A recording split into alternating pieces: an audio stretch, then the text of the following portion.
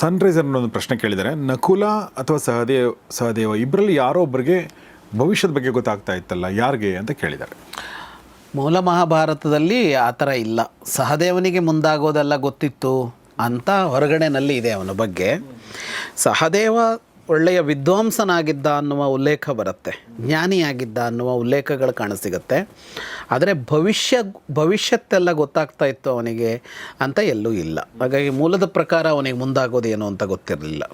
ಅದು ಯಾರಿಗೂ ಗೊತ್ತಿರ್ತಾ ಇರಲಿಲ್ಲ. ಈವನ್ ಕೃಷ್ಣ ಕೂಡ ಒಂದು ಭಗವಂತನೇ ಆದರೂ ಕೂಡ ಮುಂದಾಗೋದನ್ನೆಲ್ಲ ನೋಡ್ತಾ ಇರೋದಿಲ್ಲ ಅಂತ. ಮುಂದೇನಾಗತ್ತೆ ಅನ್ನೋದನ್ನು ಅವನು ಅಂದರೆ ಗೊತ್ತು ಮಾಡ್ಕೊಳ್ಳೋಕೆ ಬರುತ್ತೆ ಅಂತ ಅದರ ಅರ್ಥ. ಗೊತ್ತು ಮಾಡ್ಕೋತಾನ ಇಲ್ವಾ ಅನ್ನೋದು ಬೇರೆ ವಿಷಯ. ಕೃಷ್ಣನಿಗೆ ಆ ಸಾಮರ್ಥ್ಯ ಇದ್ದರೂ ಅವನು ನೋಡ್ತಾ ಇರಲಿಲ್ಲ, ಸಹದೇವಾದಿಗಳಿಗೆ ಆ ಸಾಮರ್ಥ್ಯ ಇರಲಿಲ್ಲ. ಪ್ರಶ್ನೆ ಕೂಡ ಇದೆ, ಇದನ್ನು ಕೇಳಿರೋರು ಗುರುಪ್ರಸಾದ್ ಅಂತ. ಸರ್, ನಿಮಗೆ ಪ್ರೀತಿಯಿಂದ ಒಂದು ಕ್ವಶನ್ ಮಾಡಿದ್ದೀನಿ, ಪ್ಲೀಸ್ ಆನ್ಸರ್ ಹೇಳಿ ಅಂತ. ಕರ್ಣ ನಮ್ಮ ಅಣ್ಣ ಅಂತ ಗೊತ್ತಾದ ಮೇಲೆ ಅರ್ಜುನ, ಭೀಮ, ನಕುಲ, ಸಹದೇವ ರಿಯಾಕ್ಷನ್ ಹೇಗಿತ್ತು ಹೇಳಿ ಪ್ಲೀಸ್. ಇದೇ ಥರದ ಇನ್ನೊಂದು ಪ್ರಶ್ನೆನೂ ಇದೆ. ಇದನ್ನು ಸೇವಿಯರ್ ಅನ್ನೋ ಕೇಳಿದ್ದಾರೆ. ಅರೆ, ಪಾಂಡವರಿಗೆ ಕರ್ಣ ತನ್ನ ಅಣ್ಣ ಅಂತ ತಿಳಿದ ಮೇಲೆ ಇಷ್ಟೇನ ಆಗಿದ್ದು? ಪಾಂಡವರ ಪ್ರತಿಕ್ರಿಯೆ ಏನಿತ್ತು? ಕೃಷ್ಣ ಏನಾದರೂ ಹೇಳಿದ್ನ? ಮುಖ್ಯವಾಗಿ ಅರ್ಜುನನ ಪ್ರತಿಕ್ರಿಯೆ ಹೇಗಿತ್ತು? ಇದರ ಯಾವುದರ ಉಲ್ಲೇಖ ಇಲ್ಲವಾ ಅನ್ನೋದು ಪ್ರಶ್ನೆ ಅವ್ರು ಕೇಳಿರುವಂಥದ್ದು. ಇಲ್ಲ, ಇಷ್ಟೇನ ಅವ್ರು ಚೆನ್ನಾಗಿ ಹೇಳಿದ್ರು, ಅದು ಇಷ್ಟೇನ ಆಗಿದ್ದು ಅಂತ. ಯುಧಿಷ್ಠಿರ ಒಬ್ಬ ಬಹಳ ಅದನ್ನು ಇಟ್ಕೊಂಡು ಹೋಗ್ತಾ ಇದ್ದಿದ್ದು ಕಾಣಿಸ್ತು. ಉಳಿದವರ ಪ್ರತಿಕ್ರಿಯೆ ದಾಖಲಾಗಿಲ್ಲ. ಅಂದರೆ ಮಹಾಭಾರತದಲ್ಲಿ ಎಲ್ಲವನ್ನೂ ಹೇಳಿಲ್ಲ ಅನ್ನೋದನ್ನು ನಾವು ಪದೇ ಪದೇ ಹೇಳ್ತೀವಲ್ಲ, ಈಗ ಅವರ ಪ್ರತಿಕ್ರಿಯೆ ಇರದೆ ಏನೂ ಇಲ್ಲ. ಆದರೆ ಅವ್ರು ಯಾರೂ ಮಾತಾಡಿಲ್ಲ. ಯುಧಿಷ್ಠಿರ ಆ ಸಭೆಗಳಲ್ಲಿ ಯುಧಿಷ್ಠಿರ ಮಾತಾಡ್ತಾ ಇದ್ದ ಹಾಗೆ ಹೋಗಿದೆ. ಹಾಗಾಗಿ ಅವರ ಪ್ರತಿಕ್ರಿಯೆಗಳು ಏನು ಅನ್ನೋದು ಅಲ್ಲಿ ಸಿಗೋಲ್ಲ, ದಾಖಲಾಗಿಲ್ಲ. ಆದರೆ ಅವರೆಲ್ಲರಿಗೂ ದುಃಖ ಆಗಿರುತ್ತೆ ಅಂತ ಅಷ್ಟನ್ನು ಊಹಿಸಬಹುದು.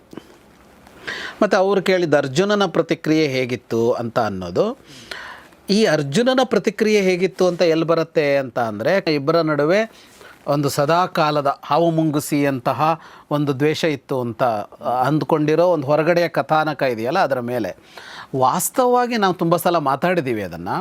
ಅರ್ಜುನನ ಮೇಲೆ ಕರ್ಣನಿಗೆ ಸ್ಪರ್ಧೆ ಇತ್ತೇ ಹೊರತು ಅರ್ಜುನ ಯಾವತ್ತೂ ಕರ್ಣನನ್ನು ಆ ಥರ ನೋಡೇ ಇಲ್ಲ. ಅವನ ಬಗ್ಗೆ ಮೈತ್ರಿ ಇತ್ತು ಅಂತಲ್ಲ. ಅವನು ಯಾರೋ ಮೂರನೇ ವ್ಯಕ್ತಿ ಅರ್ಜುನನಿಗೆ, ಆವಾಗ ಏನೂ ಅಲ್ವಲ್ಲ ಅವನಿಗೆ.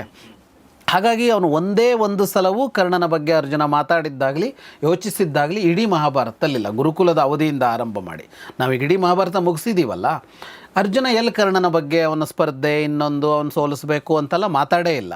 ಹಾಗಾಗಿ ಅರ್ಜುನನಿಗೆ ಅವನ ಬಗ್ಗೆ ಅಂಥ ಭಾವ ಮೊದಲೇ ಇಲ್ಲದೇ ಇದ್ದಿದ್ದರಿಂದ ಈಗ ವಿಶೇಷ ಭಾವ ಅಂತ ಬರೋಲ್ಲ ಅವನಿಗೆ. ಕರ್ಣನನ್ನು ಕೊಂದಿದ್ದು ಅರ್ಜುನ, ಎಲ್ಲರನ್ನೂ ಕೊಂದಂತೆ ಕರ್ಣನನ್ನು ಕೊಂದಿದ್ದಾನೆಯೇ ಹೊರತು ನಾವಿವತ್ತು ಕರ್ಣ ಅರ್ಜುನ ಅಂತ ಹೊರಗಡೆ ಇಟ್ಕೊಂಡು ಕೂತಿದ್ದೀವಲ್ಲ, ಹಾಗಿಲ್ಲ. ಕರ್ಣನಿಗೆ ಅರ್ಜುನನ ಮೇಲೆ ಇತ್ತು ಅಂತಲೇ ಮಹಾಭಾರತ ಹೇಳುತ್ತೆ. ಆದ್ದರಿಂದ ಅರ್ಜುನನಿಗೆ ಅಂಥ ದ್ವೇಷ ಅಂತ ಮೊದಲು ಇದ್ದಿದ್ದರೆ ಈಗ ಅವನ ಅಣ್ಣ ಅಂತ ಗೊತ್ತಾದ ಕೂಡಲೇ ಅದು ಅರ್ಜುನನನ್ನು ಕಾಡಬೇಕಾಗಿತ್ತು, ಅಂದರೆ ತುಂಬ ಕಾಡಬೇಕಾಗಿತ್ತು. ಹಾಗೆ ಮೊದಲು ಅವನೇನು ಯೋಚನೆ ಮಾಡದೇ ಇರೋದರಿಂದ ಅದೇನು ಬಹಳ ಕಾಡಿಲ್ಲ. ಆದರೆ ಅಣ್ಣನನ್ನು ಕೊಂದೆ ಅನ್ನುವುದಕ್ಕೂ ಸಹಜವಾಗಿದ್ದೇ ಇರುತ್ತೆ.